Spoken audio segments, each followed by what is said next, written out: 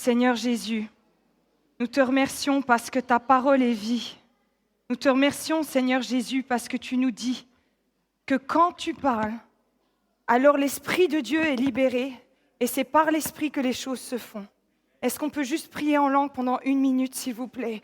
Korabasin de rebashondoro kia baba sandra biasoro shikerebe rasondoro shikire baba sondoro yeshoy rasinde beso korobo shika baba sande yarasindoro korobo sende yashira baba sande. Oh Rabassi et bébé, ouvre nos cœurs, ouvre nos entendements, Seigneur, pour que ta parole rentre en nous et fasse son effet. À qui d'autre irions-nous? Tu as les paroles de la vie. Sois élevé, Jésus, et sois béni dans le nom de Jésus. Amen. Amen. Amen. Merci, Seigneur. Merci, Jésus. À la suite de ce qu'on va partager, Amen. Ouais, Amen. Jésus est glorieux. À la suite de ce qu'on va partager, on prendra un temps pour prier par rapport au sujet d'aujourd'hui. Avec les intercesseurs, on a vraiment eu à cœur qu'il va se passer quelque chose ce matin. Amen. C'est pas parce qu'il y a d'autres dimanches, il ne se passe rien ou quoi, mais il y a des fois où le Seigneur donne des rendez-vous divins. Amen. Donc tourne-toi vers ton voisin et dis-lui, il y a des chaînes qui vont tomber. Il y a des chaînes. Le Seigneur m'a réveillée cette nuit à 4 heures du matin pour prier. Je prie que des chaînes tombent. Chorabasindere kia baba sondoro shikere bebe sondoro korababa si e bebe shindara baba oro sikere bebe sindaba shendere kia baba baso. Merci Seigneur pour ta puissance. Merci Jésus. Merci Jésus. Nous allons partager ce matin sur comment sortir de nos prisons. J'aimerais vous demander si dans votre vie, il y a des habitudes dont vous n'arrivez pas à vous défaire. Je vais prier que le Saint-Esprit permette qu'on puisse scanner nos vies, on le sait. Est-ce que tu as des tocs? Est-ce que tu as un manque de sommeil? Est-ce que tu as des pensées compulsives? Est-ce que tu as une timidité maladive? Est-ce que tu as des sauts d'humeur? Est-ce que tu es connu pour être légèrement bipolaire, volte-face? Un jour tu vas bien, un jour tu ne vas pas bien. Est-ce que tu as des angoisses? Est-ce que l'impureté te court après? Est-ce que tu es attaqué par des pensées de tout genre?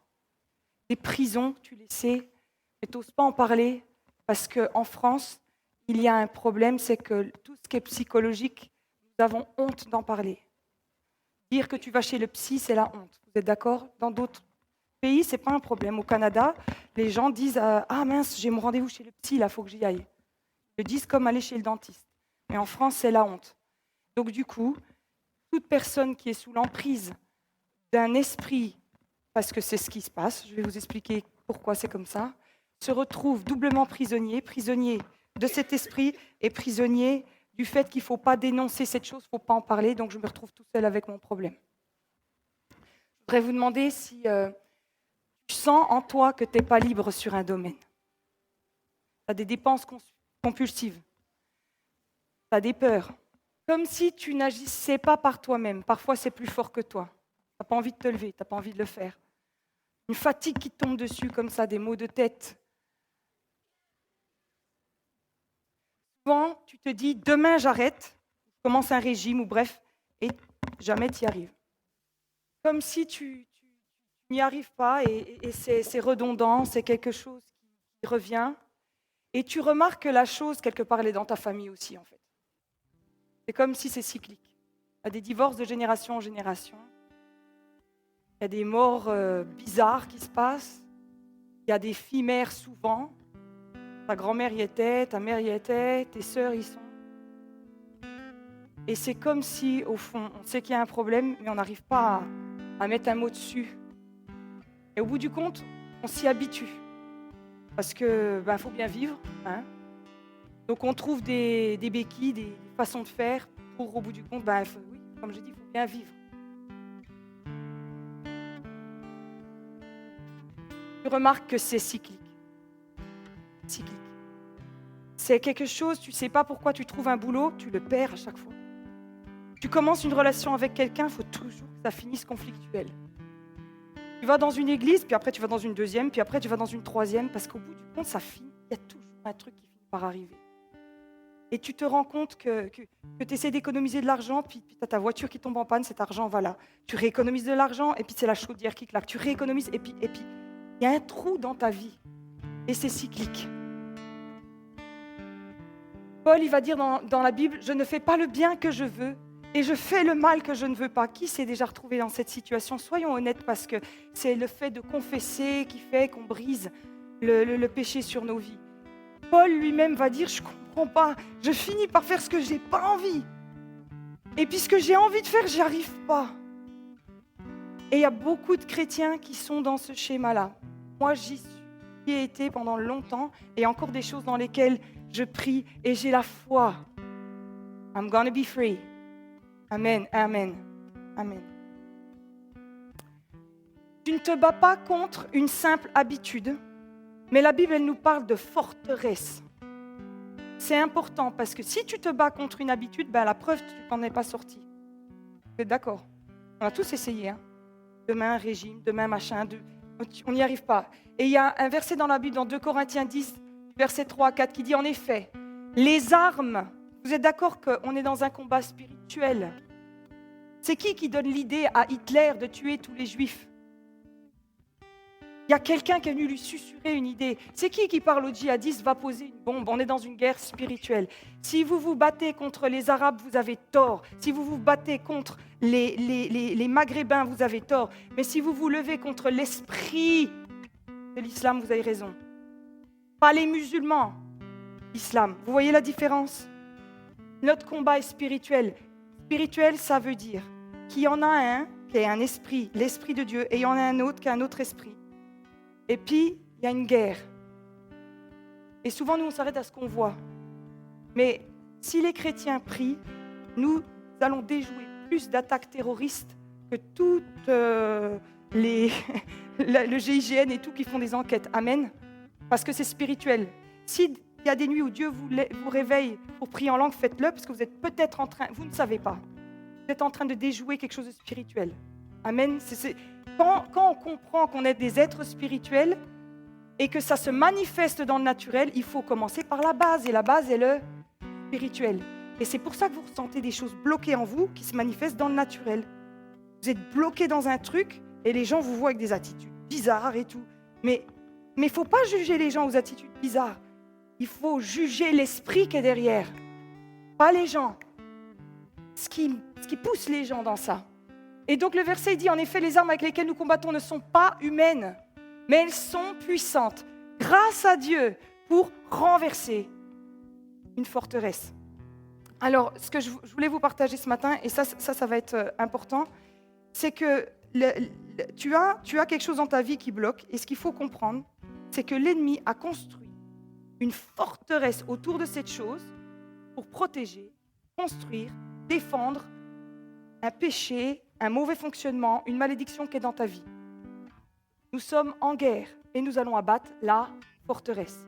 Et le problème, c'est que beaucoup de chrétiens se battent contre la chose qui est dans la forteresse, le péché. Ils vont se dire, faut que j'arrête la pornographie. Puis ils essayent, puis ils n'arrivent pas parce que c'est cyclique et ça recommence et ça recommence. La pornographie est là, mais elle est entourée d'une forteresse, une position qu'elle a pour protéger un fonctionnement dans vos vies. Mais si vous vous battez contre le péché et pas contre l'esprit, la forteresse qui tient ça, vous allez vous épuiser. Et on a plein de chrétiens découragés qui essayent de sortir de fonctionnement, qui essayent et qui n'y arrivent pas. Parce que notre combat est spirituel. Si tu te bats contre une habitude, tu vas te battre contre la chair. Mais si tu attaques la forteresse qui tient la chose, tu vas enlever la puissance à la chose. Est-ce que vous me suivez la différence entre si tous les jours tu te dis demain j'arrête la cigarette, tous ceux qui disent ça n'y arrivent pas. Mais si tu te dis c'est quoi la forteresse qui est construite autour de ce péché? Pourquoi je fume? Il y en a d'autres, c'est pour les calmer. La forteresse, c'est la forteresse de colère qu'entraîne le symptôme de la cigarette. Il y en a, c'est pour les lycéens, pour être comme les copains, une insécurité, il faut que je sois comme les autres. Tu attaques la forteresse, la clope, elle tombe comme ça. Amen. Il faut toucher la forteresse. Le problème, c'est que la forteresse chez cette personne qui fume n'est pas la même forteresse que chez cette personne qui fume. J'ai pris la cigarette, mais alléluia, nous avons tous nos péchés. Enfin, alléluia. On a tous nos péchés, ok? J'essaie de prendre juste des exemples. C'est juste des exemples. Et du coup, l'impureté. Moi, je suis peut-être dans l'impureté parce que la forteresse qui entoure ça, c'est parce que j'ai besoin de paraître, c'est mon orgueil. Et l'autre qui est dans l'impureté, c'est peut-être parce qu'elle a besoin d'attirer l'attention, elle se sent dévalorisée. Vous voyez? Mais l'ennemi, il est malin. La Bible l'appelle le malin. C'est-à-dire qu'il vient et puis il t'accuse, il dit, tu vois, c'est pas bien le péché. Et je vais vous dire quelque chose, que tu sois chrétien ou pas, les gens, au fond, ils savent que c'est mal. Dans le monde, ils savent que fumer est mal. Tuer des gens, les gens dans le monde, ils le savent. Ce n'est pas de savoir que tu fais quelque chose de mal qui va te libérer. La preuve, on connaît tous le péché, est-ce qu'on en est libre? Non. Tu deviens libre quand tu attaques la forteresse, c'est-à-dire ce que l'ennemi a boulonné et mis en place pour que le péché soit dans ta vie, installé et qui tourne. Est-ce que vous voyez la différence? Parce que sinon, les gens du monde seraient tous libres. Ce n'est pas la connaissance du mal qui te libère. C'est la connaissance de la vérité, du mensonge dans lequel tu es emprisonné. Et un mensonge, c'est quoi? C'est quelque chose que je te dis et que tu crois vrai. Comme tu crois que c'est vrai, tu es bloqué. Parce que tu ne connais pas la vérité. Et on va voir ce matin comment démonter les forteresses. Amen. Amen. Il y aura des libérations ce matin. Hein. Amen. Les intercesseurs sont sur le coup. Quand j'ai pris la définition d'une forteresse, vous savez, moi, je suis des fois assez terre à terre. Hein. Je vais dans le dictionnaire simple. C'est un lieu fortifié, gardé, organisé. Vous savez, en haut des tours, il y avait des watchmen. Comment on dit ça en français? Des guetteurs. Vous savez, des guetteurs. Il y a de tout. Il y a le pont-levis, il y a tout. C'est organisé. Le diable n'est pas désorganisé, les amis. Parce que quand les pharisiens vont lui dire, il chasse les démons au nom de Belzébul, Jésus, il leur dit, non, non, non. Ce n'est pas un royaume divisé, Satan. C'est un royaume organisé. Ce n'est pas un idiot. Vous pouvez lui trouver tous les défauts du monde. Il est orgueilleux, le diable. Il est méchant. Il est pervers et tout, mais il n'est pas bête. Et c'est pour ça que ça marche. Les serpents. Et ça marche. Donc, c'est gardé, c'est organisé pour défendre un point stratégique, une ville, une région, et j'ai mis une destinée, une famille. Est-ce que ta famille, elle est dans une forteresse, enfermée dans une forteresse? Ah, tu le sais, au fond de toi, tu le sais. Les amis, on a le Saint-Esprit au fond de nous, on sait. Et tu viens d'une famille perfectionniste? Tu sais ce que ça fait, la perfection? En fait, tu ne fais jamais assez bien. Donc, tu vis dans une course perpétuelle d'essayer de faire quelque chose, jamais tranquille. Cette course. Est-ce que tu vis dans une famille d'alcooliques? Tu le sais bien. S'il y a quelqu'un d'alcoolique dans la famille, je vous mets 100 € sur la table qu'il y a un de ses enfants qui l'est. Il y a une forteresse, il y a un truc. Alors les gens, ils vont dire, on va l'amener en cure. Je ne suis pas contre les cures, essayez de suivre mon raisonnement. On va l'amener en cure. Ouais, mais le truc, c'est que son alcoolisme, il n'est pas dû à l'alcool. Son alcoolisme est dû à la forteresse, la stratégie, le point fort, le calcul de l'ennemi qui est mis en place. Il place les cartes. Ma mère, elle avait l'habitude de dire, Johanna, le diable, il est patient. Il place ses pions. Et après, comme d'un coup, il attaque. Soit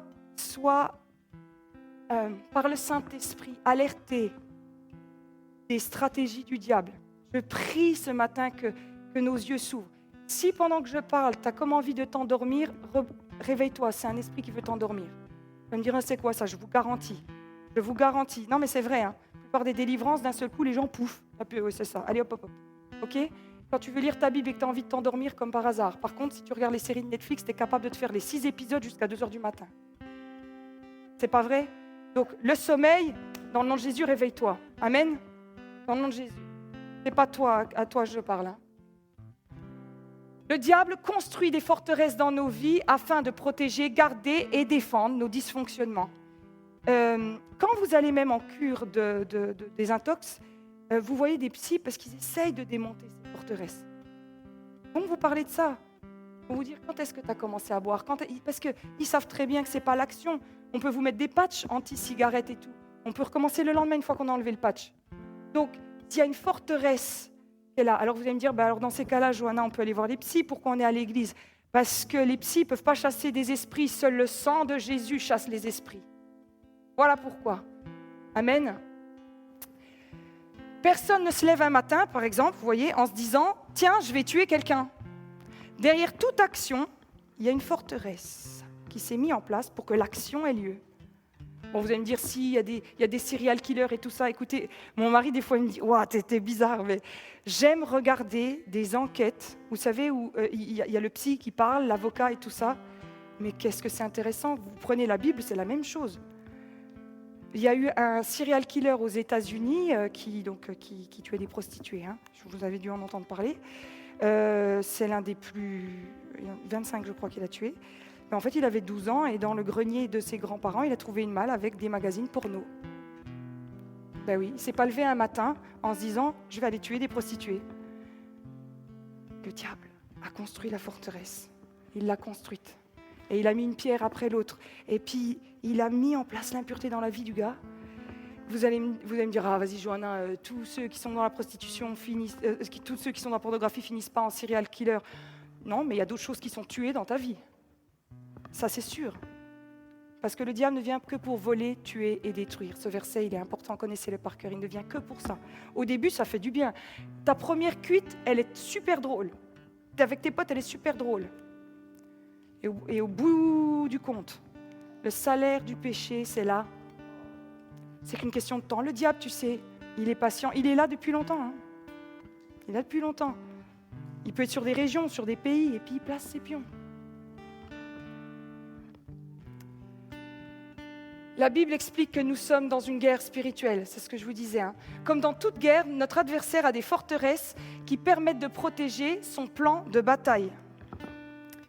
J'aime ce passage dans 2 Corinthiens 2,11, il a été vraiment une stratégie dans ma vie, c'est marqué « Nous n'ignorons pas les desseins », ou dans une autre version, il y a marqué « les intentions du diable ».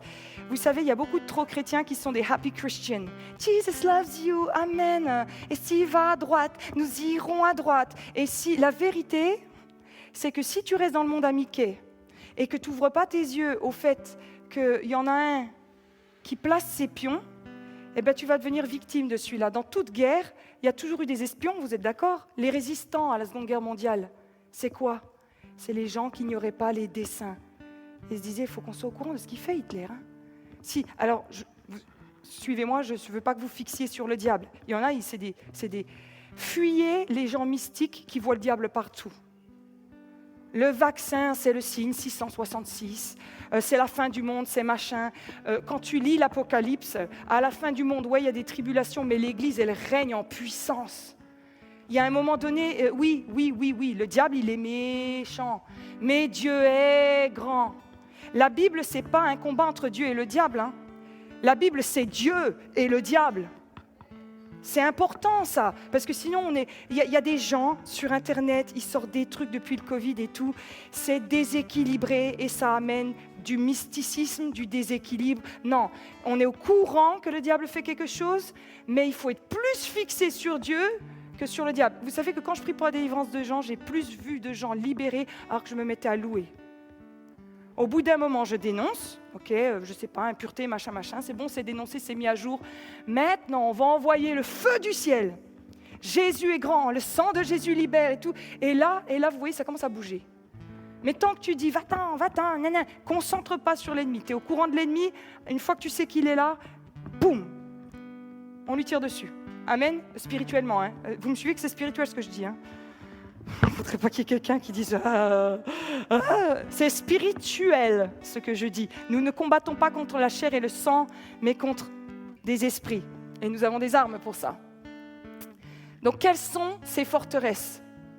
Vous savez le verset que je vous ai dit au début, où il disait « Nous ne combattons pas contre la chair et le sang, mais contre les forteresses ». La suite du verset, lisez la Bible dans son entier. Amen.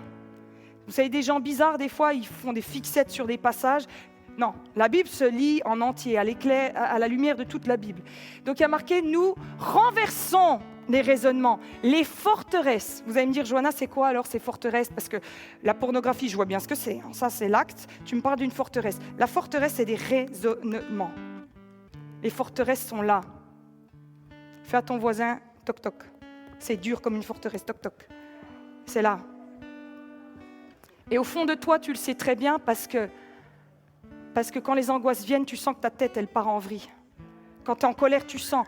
Là-haut, il y a quelqu'un qui parle. La différence des forteresses, où vous voyez sur PowerPoint un château avec des pierres, c'est que les forteresses spirituelles, ce n'est pas un château avec des pierres, c'est des esprits avec des voix qui te disent des trucs. Mais la cigarette, ça va te calmer. Allez, encore une clope et puis tu vas te calmer. Je prends cet exemple-là, mais je vais vous dire, les charismatiques, on en tient aussi des bonnes couches. Hein. Vous savez, Dieu m'a dit, non, ça c'est ton orgueil qui dit. Hein? Voilà, amen. Non, mais hein, il y a un peu de tout chez tout le monde. Hein. La suite du verset, c'est nous renversons. Donc tu as une forteresse et tu enlèves, tu casses la forteresse en enlevant les raisonnements et tout obstacle qui s'élève. On monte une forteresse, on la construit avec orgueil contre la connaissance de Dieu et nous faisons toute pensée prisonnière pour qu'elle obéisse à Christ. Tu es bloqué, je te garantis, tu es bloqué dans des mensonges, sauf que tu ne sais pas que c'est des mensonges, puisque tu crois à un mensonge. Vous connaissez le principe du mensonge. C'est que comme tu y crois, ça devient ta vérité. C'est pour ça qu'on a réussi à endoctriner des gens et que les sectes peuvent marcher. Je te fais croire un truc, tu y crois, et voyez, faites attention aux gens qui vous disent des mensonges. Et donc ces mensonges, ils sont là et ils deviennent la protection. La Bible dit que le seul mot où le diable va avoir le mot père, parce que le père c'est toujours Dieu, c'est le père du mensonge. C'est-à-dire qu'il met au monde le mensonge. Il produit le mensonge. Et puis tu es bloqué dans ça, puis après du coup tu passes à l'acte. Forcément, tu as cru un truc.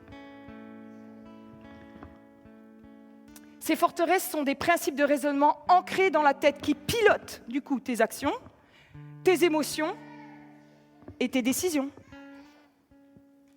Puisque c'est ça, je ne lui parle plus. Puisque c'est ça, je divorce. Puisque c'est ça, il faut que je noie mon chagrin, gloup.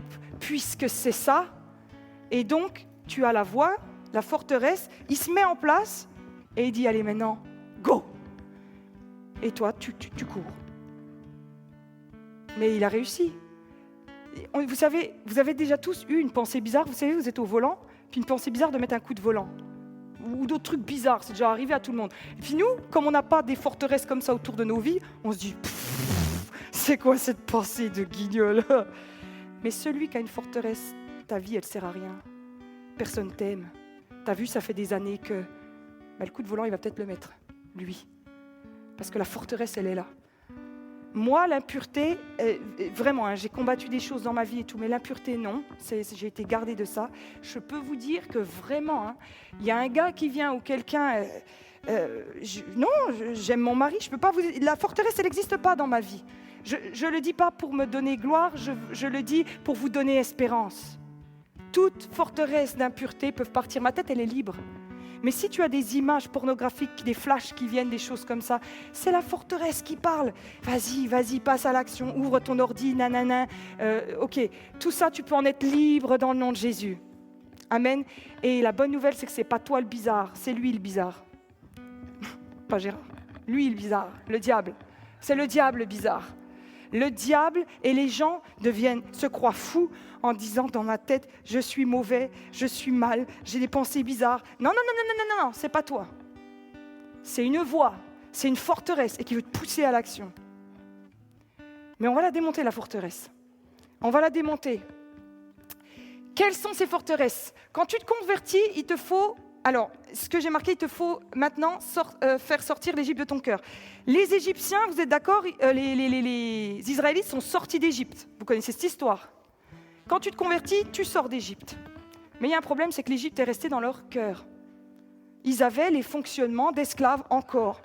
Et il a fallu que Moïse leur dise, il faut retirer maintenant, vous êtes sortis de l'Égypte, mais tout ce que vous avez appris en Égypte maintenant doit sortir de vous. Et quand tu étais dans le monde, le diable il a placé ses pions, oui, tu ne connaissais pas la vérité.